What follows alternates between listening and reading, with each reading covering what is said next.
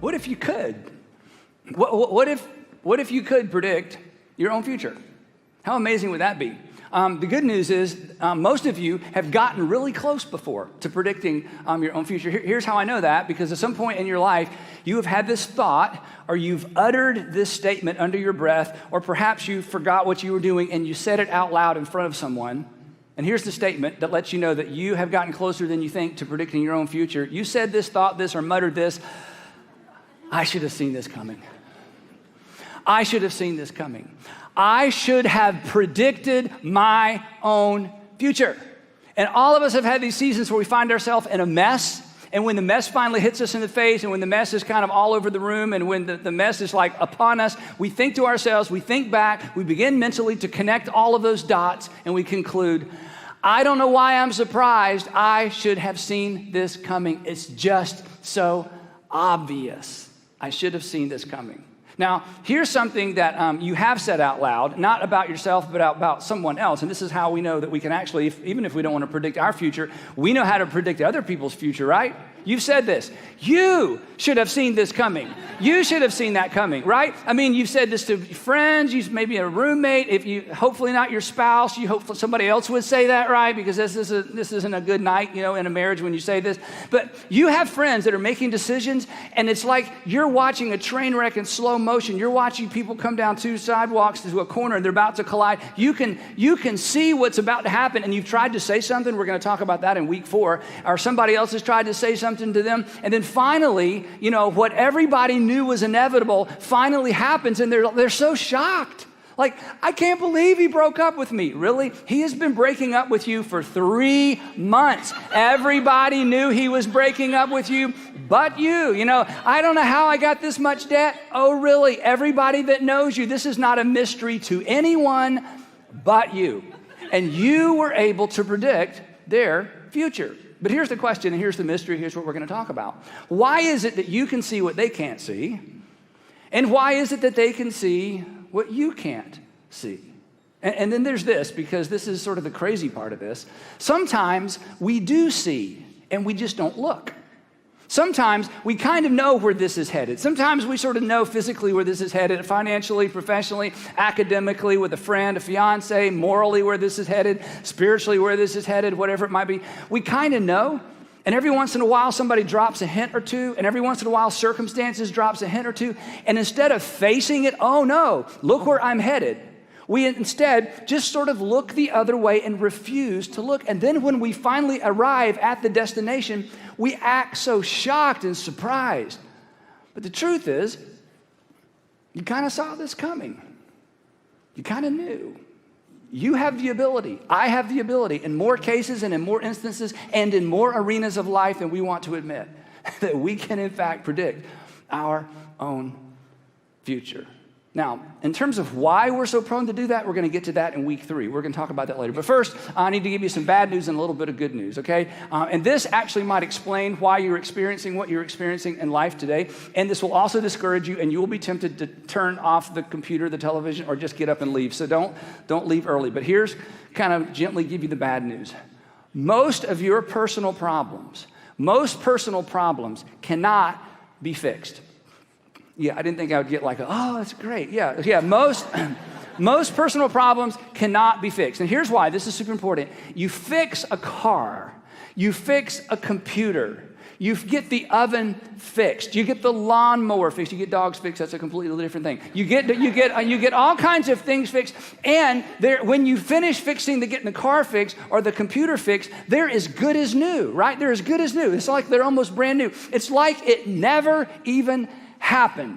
If you've taken your car in because something, you've hit a deer or something flew up on the highway and hit your car, and you take it in, they fix it, and you know how guys, I think especially, are this way, and we want to make sure they got the paint job right, so they bring it out. This happened to me recently, and they're, how does it look, Mr. Stanley? And I'm looking at it, then I come over here and look at it, I'm sure I'm going to find a flaw in the paint, I keep looking at it at all these angles. It's as good as new. It's like it never even happened. I don't need to tell you this, but in light of where we're going, I'll say it anyway. You're not like a car, and you're not like a computer. Okay, your computer has memory, but you have memories. You are more complex. We are more complex. God made us, we've been created more complex than something that can simply be plugged in and unplug. Now, and in terms of our personal problems, we can cope with them. We can overcome them. We can leverage them to teach our children later. We can always just serve as a bad example. We can decide not to repeat. But our past is our past. And it follows us around, and it's part of our story for the rest of our lives. So that's the bad news, that you can't really fix a problem the way you fix a car or computer. It's not like it's fixed and you're as good as new, and it's never going to affect you again. You're more complex than that, and that's good. That's a good thing. But here's the good news, and here's where we're going for the next few weeks. The good news is most personal problems can be avoided. And this series is about avoiding what can be avoided so there's less to cope with later. It's about avoiding the things that can be avoided because there's enough pain in life that can't be avoided. Why in the world would we bring extra upon ourselves unnecessarily?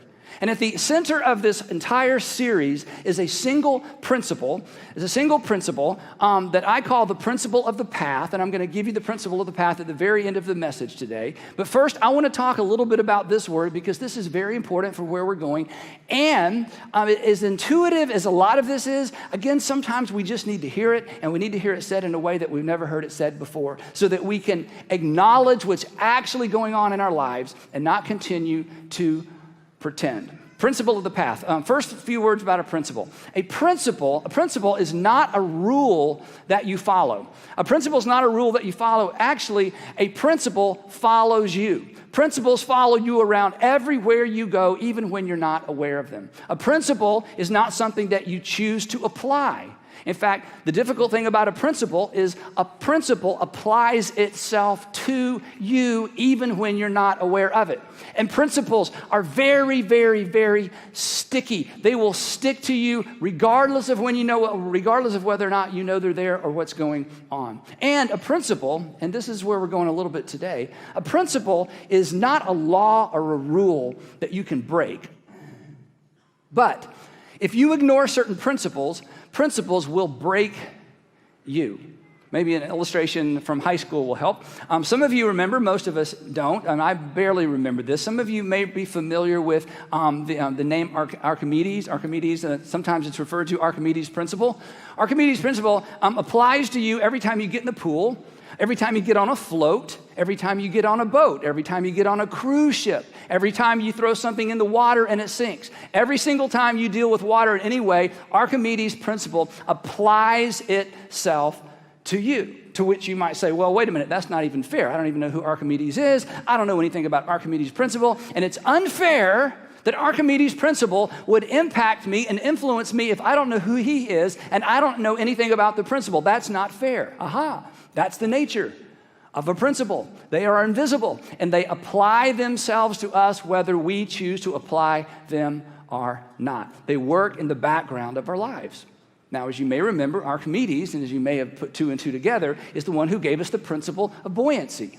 In the 3rd century BC, think about this, in the 3rd century BC, Archimedes explained to the world what had been going on in the world since the beginning of the world. It's just that no one had ever explained it before.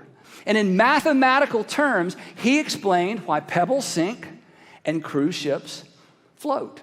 Because principles are experienced and principles can be explained, but principles are not invented. They are discovered. You can talk about, you can discuss, but you don't invent them. You recognize them, and then you get to make a decision.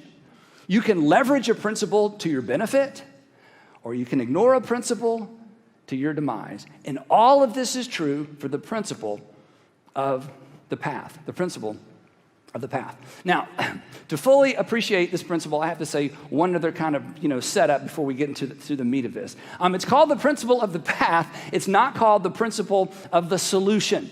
And there is a difference between a path and a solution. When you are lost, you do not pull over and ask for a solution. You pull over and ask for directions.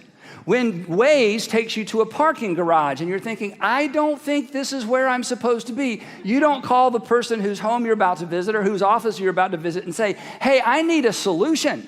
You say, I need directions. Because when you're lost, we need to know where we are and we need to know how to get to where we want to be. And, you know this, there is no instant fix and there is no instant solution for being lost. We get to where we need to be we get to where we should be the same way we got to where we shouldn't be. This is something we don't like and we don't like to acknowledge. So I'm going to read it again.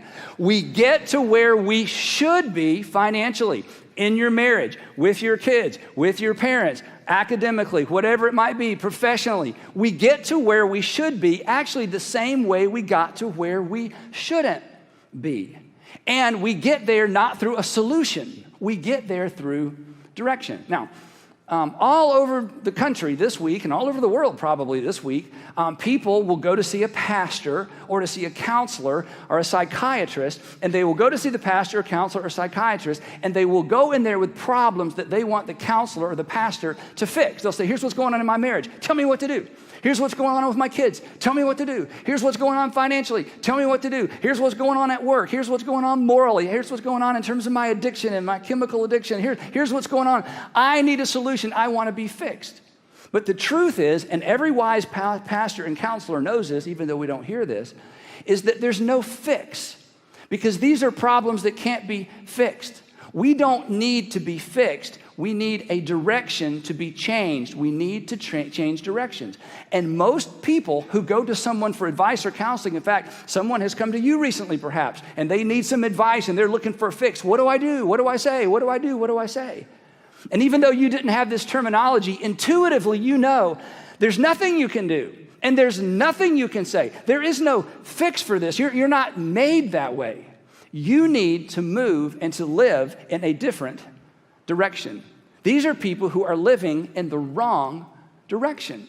Now, if I can just be personal, some of you may be living in the wrong direction.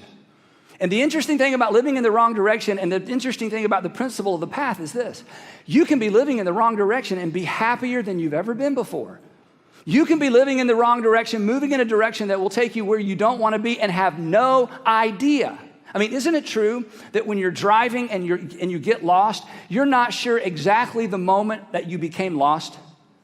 You discover you're lost long after you've been lost and gotten lost. You didn't need it. I mean, if it didn't work that way, it would work this way. 30 yards past the line of not being lost, you would realize, oh, I'm lost. And you would just back up 30 yards. Unlost, lost, unlost, lost, unlost. Wouldn't it be great if it worked that way? But by the time you realize you're lost, it's too late. You are lost. And so it's possible that you, and this is why I'm so glad that you're listening or watching or here today, it's just possible that you are lost, that you are moving and living in the wrong direction, and you don't know it because the consequences of your decision haven't settled in yet. And then when you discover it, you're going to want to fix, you're going to want a solution.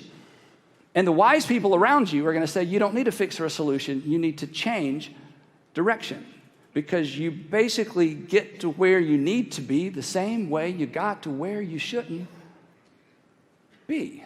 Now, the other thing is, you may be living in the wrong direction and things aren't going all that well. They were for a while.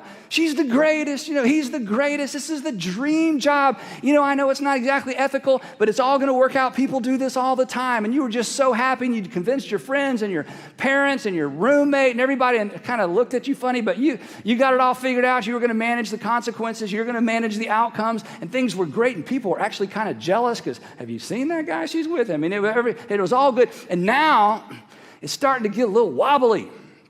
Now it's not quite so much fun. Now there seem to be problems. And you're thinking, I need to get this fixed. I need to get this fixed. No, you're living in the wrong direction. And here's the good news. If you change direction, things will eventually change.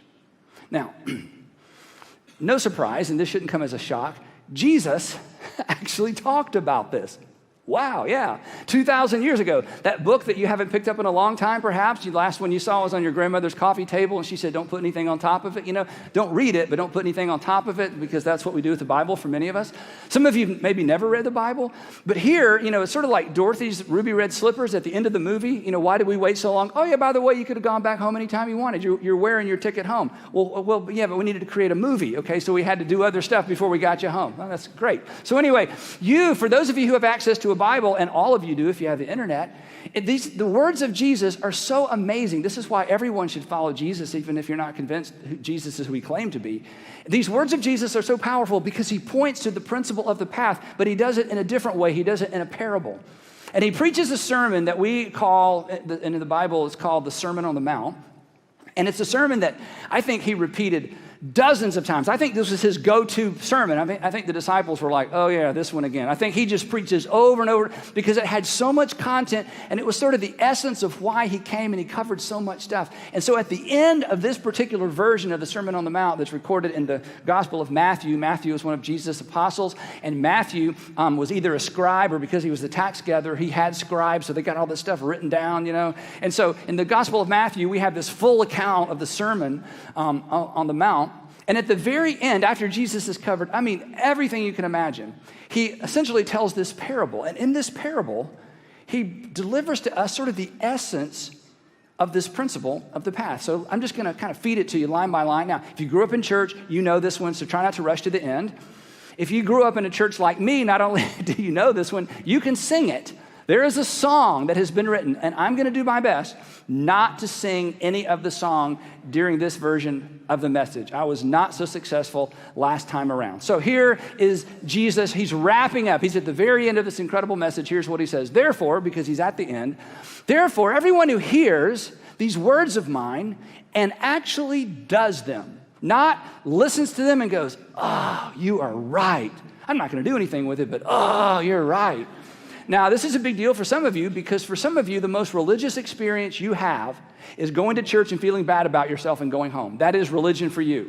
I'm religious. I go every week. The preacher beats me up. I don't do anything about it, but I feel bad. And the worse I feel about myself, the closer I feel to God. How weird is that? And if that is your church experience and your religious experience, I'm not sure you've ever encountered Jesus, okay? Because this was not Jesus. This is not what Jesus did. Jesus said, I want you to actually do what I'm asking you to do. And he continues, he says, anyone who hears these words of mine and puts them into practice will experience immediate relief, relational, financially, along with all the other allies, right? It's not what he said. And therefore, anyone who hears these words of mine and puts them into practice will have discovered the fix for all their problems. No. Because Jesus never, ever promises a fix for a problem. And do you know why? Because Jesus understood how the world worked, and you understand how the world works. And anybody that stands up, even in a church with a microphone, and says, if you'll pray this special prayer, or if you'll say these special words, or if you'll do these 1, 2, 3s, your problems will go away and your problems will be fixed, you should find a different church. And you're smart enough to know that's not how the world works, and they just want something from you. And Jesus, this is why you should follow Jesus. Jesus never does that. He doesn't promise a fix. He doesn't promise a solution. He invites people to live in a different direction. He points the way forward. He points the way out. So here's what he actually said. He said, anyone who hears these words of mine and puts them into practice is like a wise man. Not necessarily a smart man, but he may be smart. Not necessarily a talented man, but he may be talented. And not necessarily a resourced man, although he may be resourced, a wise man. And what is a wise man? A wise man or a wise woman is someone who understands, and we've talked about this before, that life is connected. That life is connected, that the past is connected to the present. And what I'm doing now will be connected to my future. And that I'm not a car that can be fixed and sent on its merry way. And I'm not a computer that can be rebooted and sent on its very way. That we're more complex than that. That our lives are like dots that connect, and all the dots connect, and everything from the past will impact what's happening now, which will impact the future. And the wise person understands that the past is connected to the present, and the present is a good predictor of the future. The wise person understands that you really can predict to some extent your own future. That direction, your current direction, is a great indicator of your ultimate destination. That's how the wise people think. So if anyone who hears these words of mine and puts them into practice is like a wise man who built. This is a process. Have you ever built anything? And most of us, if it's going to take more than an hour, we try to find somebody else to build it for us, right? But in this culture, there were not those things. There were no kits. There was no glue. There were no instructions. A wise man who built, that means process, time, This relates to habit, repetition, discipline, something we really don't like, delayed gratification. If you're going to build a house, you have to wait until you finish the entire process. Who built his house? In the context of this parable, a house is like a life. It's your relationships. It's your money. It's your pastime. It's your pleasure time. It's everything that has to do with anything that's important to you that's part of your life. The wise man is like someone who listens to what Jesus said and actually puts them to practice. It's like somebody who's building his house. And then he makes a statement that we can't relate to at all. Who built his house on the rock, to which we think, we don't know what that means because we don't really build houses and we don't build on rock. But in this first century context, this represented something very specific, and everybody in Jesus' audience immediately understood what Jesus was talking about. This represented the hard way. This represented the expensive way. This represented the time-consuming way. This represented the way where there would be no immediate return on the labor. This is the way that you go by the building construction site day after day after day after day, and it looks like nothing's going on when in fact a lot is going on. And then he tells us about a second character. You remember this if you've heard this story in church. But everyone who hears these words of mine and does not put them into practice is like a foolish man. Now, what is a foolish man? A foolish person is somebody who lives as if life is disconnected, that now is now and later is later.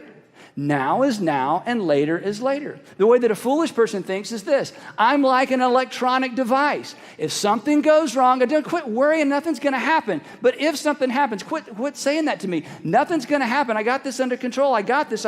Besides, I'm like an electronic device. If something happens to that relationship, if something happens in my relationship with my daughter, if something happens in my marriage, if something happens financially, if these things happen that you think are going to happen, although they're not going to happen, I'm like an electronic device. All I have to do is unplug myself, count to about 10, then I plug myself back in, and I reboot, and I start over, and I'll be fixed, and I'll be fine. To which we think that's not how life works, but that's how perhaps you're trying to live. But you know what, if it doesn't work out, I'll just get remarried. It doesn't work out, look, I'll just move out and find somebody else. I know what you're saying, but eventually, I'll just declare bankruptcy. Okay, if what you're saying, if that happens, in other words, I'll just reboot and I'll just start over. And for those of you on the West Coast, I apologize, because on the East Coast, here's what else we say over here. I'm gonna go out west and find myself. I'm going to get a Harley, and I'm just going to go out west and find myself. And they always end up in California, I'm just saying, and they generally end up on the beach. So I know it's kind of strange. So for those of you who live on the West Coast, if you find any disembodied selves, because there's people here headed your way to find themselves, if you would just find those disembodied selves and send them back this way, it would save them a lot of money and time, okay? And I don't know how their self got there to begin with. And the other thing I don't know is, for those of you on the West Coast, where do you go to find yourself? I wouldn't come here. We have pollen, okay? Nobody comes to the land of pollen to find themselves. But if we find any disembodied West Coasters, we will send them your direction. So, because the problem with finding yourself is that yourself is the problem, okay? We should all know this. I mean, the Eagles told us this years ago, right? Ain't it funny how your new life didn't change things? You're still the same old... Oh, come on. Are you kidding me? Okay, I'm going to give you one more chance. You're still the same old... Oh, this is just embarrassing. Okay. I bet everybody online knows the next word. You're still the same old girl you used to be. Let me repeat it for you one more time, okay?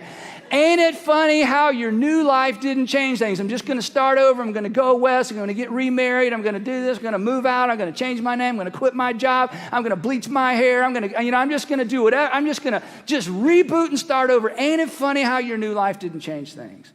You're still the same old self. You're still the same old girl. You're still the same old guy you used to be. The fool thinks, no. I can just reboot and I'll be fine. And your heavenly Father, who created you, says you're not a car. You're not an oven. You're not a toaster. You're not a computer. You've been made in my image. You are complex and you are precious. And there's no fix, there's no solution. But I'm inviting you to change directions. Who built his house on sand, which of course, again, we're like, well, that doesn't mean anything to us. This was the quick way. This was the easy way. And by the way, when Jesus said this, everybody in his audience moaned like, oh, that's not going to go well. Everybody in Jesus' audience immediately predicted this imaginary person's future because this always goes the same way. And in the imaginary person, in the imaginary story that Jesus was telling to make an actual point, they're going to be shocked. You know what? You know, it didn't work out. And everybody in Jesus' audience is going, this never works out. It's the quick way. It's the easy way. It's the immediate way. I mean, 3, 4 days later, there's something to show for that construction site. And the assumption of the fool is this. The assumption for the fool is this, that today's weather will be tomorrow's weather. And it rarely is. It almost never is. And in this case, it wasn't. Because the rain came, I did it. Down and the floods came up. The rain came and okay, so you don't know Eagle songs or Sunday school songs. That's what I'm learning. Yes, the rain came down, the flood came up, and Jesus says that the rain came down, the stream rose, and the winds blew and beat against that house, and it fell with a great crash. The implication is there's no fix. Hey, can you fix this? No, we just have to do what you should have done to begin with. We have to rebuild. It's going to take time. No, I don't want you to take time. I want you to fix it. No, see, when the house falls down, you don't fix it. You rebuild. It's going to take time. In fact, if you had taken the time up front to do what you should have done, we wouldn't be spending time now doing what we wouldn't have to do, right? There's only loss. Hey, you should have seen this coming. But when the rain came down, and the stream rose, and the wind blew and beat against the first house, the one built on the rock, Jesus says it did not fall because those folks are so lucky. You know what we think? Oh, man, things just always work out for him. You're just so lucky. Things just work out for you, not me. I don't think God loves me. I don't even think God knows that I exist. Things just don't work out for me. I prayed and asked God to fix it, and it didn't get fixed. And I prayed and asked God to change her, and he didn't change her. And I prayed, and you're just lucky. You're just blessed. I don't think God loves me. Jesus says, come on. Come on, you know how the world works. My Father made it to work this way. My Father made it to work this way so there would be some predictability, so that you would have a little bit of control, so that you would know what to do. It did not fall because it had its foundation on the rock. And in the parable, the rock is doing what Jesus required and asked his followers to do. It's cause and effect. It's sowing and reaping. It's the principle of the path. Now, this next verse is my favorite verse because I'm kind of geeky this way. You won't love this one, but I love it so much I want to show it to you. This is so cool. So Jesus has preached this long sermon, and they're out in the sun probably. We don't know. It's always hot there. And he finishes up with this like amazing parable, and they're all like, oh, it's just incredible. And the text, I love this. The text says that when Jesus had finished saying these things, the crowds were amazed at his teaching because he taught as one who had authority. It's like, wow, finally somebody who makes sense. Finally somebody who's saying some things that have handles. Finally somebody that's explaining how the world works and how God intersects and is involved in our world, not as their teachers of the law. Now, real quickly, let me tell you what, just me, okay? This is what breaks my heart. This is what drives me in ministry. Everybody has something that kind of gets them up in the morning outside of family, This is the thing that gets me up in the morning. This is why I spent years working with high school students. And then I realized, I think it's their parents' problem. So then I began working with adults, because I really love high school students, but the only way to help them was talk to mom and dad. Anyway, the thing that has driven me for years and really drives so much of what we do as a network of churches, what breaks my heart is people who are living in a direction that's not going to get them where they want to go. This just breaks my heart. And you can see it happening. You've all seen it happening for other people. It's happening for some of you. And the people that can see the direction you're headed in, it is breaking their heart, and you just won't listen because you can't or won't or have decided not to see it. And the thing is, it's unlike driving. You know, if you're driving and you get lost, you lose a few minutes. You lose 30 minutes. You kind of have to chuckle and laugh, and I'm sorry I'm a few minutes late, but you can fully recover, no harm done. You know, you show up a little late, you know, in minutes when you're lost. But in life, you can show up real late. In life, you can miss all your 20s. You can miss your 30s. You can miss that first marriage. You can miss your kids growing up. You can miss having an opportunity to connect with your grandkids. You can miss so much. You can miss what's most important and miss it completely, and there's no way to regain it. So when I see, just like when you see someone who's living in the wrong direction, and they're happy, and they're smiling, and they're convinced, but you know, it's just heartbreaking. And just so you know, it's heartbreaking to me, not because you are or aren't a Christian. It's just heartbreaking to me because you're a human being who has one life to live. And here's what's extraordinary. Your Father in heaven, even if you don't recognize him as that, your Father in heaven cares so much about that. He sent his Son into the world so that we could know what God is like. And Jesus said, okay, I'm giving it to you slow, line by line. If you will just follow me, if you will follow me, it's like you're building your life on something that will last. Because the truth is, and you know this, right? We can't wish our way, and we can't talk our way, even though we try, and we can't even pray our way back in time to recapture the lost years, the lost seasons of our life. We can't pray and talk our way back to that moment in time where we took the wrong turn and started living in the wrong direction. So, here's the principle of the path. It's so simple. We're going to talk about it for the next 3 weeks. The principle of the path is simply this, that direction determines destination. Direction determines destination. The best way to predict your future is to pay attention to where you're headed. The best way to predict your future. You have the ability to predict your future by paying attention to where you're headed morally, financially, spiritually, academically, relationally, with important relationships. You have the potential to predict your future because of the principle of the path that will apply itself to you whether you choose to leverage it and apply it or not.